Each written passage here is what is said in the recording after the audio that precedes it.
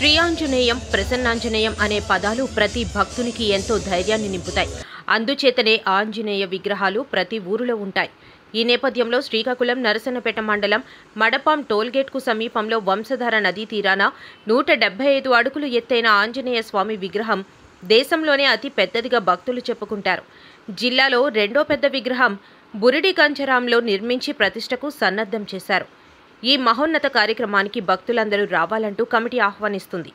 మీరు చూస్తున్న ఈ ఆంజనేయ విగ్రహం శ్రీకాకుళం జిల్లా పొందూరు మండలం బురిడి కంచరాంలో నిర్మించగా ప్రతిష్టకు సిద్ధమైంది. బురిడి కంచరాం గ్రామంలో నిర్మించిన శ్రీ శ్రీ శ్రీ అభయాంజనేయ స్వామి ఆలయ ప్రతిష్ట కార్యక్రమంలో భాగంగా ఆ గ్రామం నుంచి నందివాడ మొదలగు గ్రామాల్లో శోభాయాత్రను పెద్ద ఎత్తున నిర్వహించారు.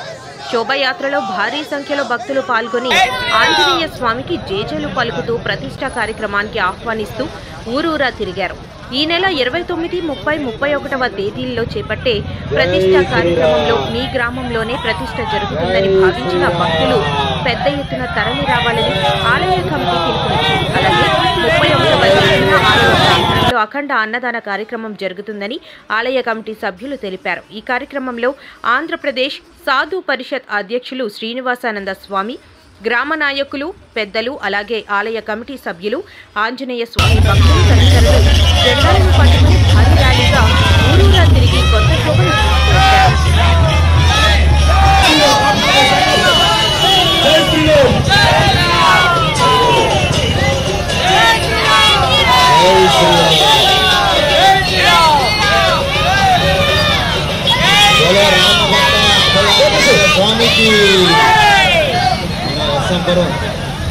జై శ్రీరామ్, జై హనుమాన్.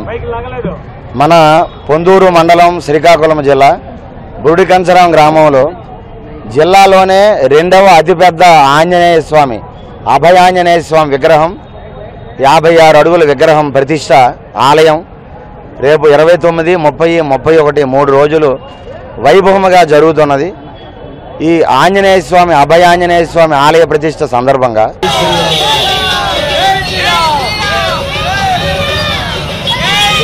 మా అభయాంజనేయుడు ఆనాడు మా హిందూ ధర్మాన్ని రాక్షసుల బారి నుండి ఏ విధముగా కాపాడాడో, చీల్చి చెండాడాడో, ఈ దేశాన్ని రక్షించాడు. అలాగే ఈనాడు మా అభయాంజనేయుడు కూడా మా దేశాన్ని కాపాడాలి, మా హిందూ ధర్మాన్ని కాపాడాలి, ఈ దుర్మార్గుల నుండి దేశాన్ని రక్షించాలి అనే ఆలోచనతో ఈ శోభాయాత్ర ఈరోజు ప్రారంభించడం జరిగింది.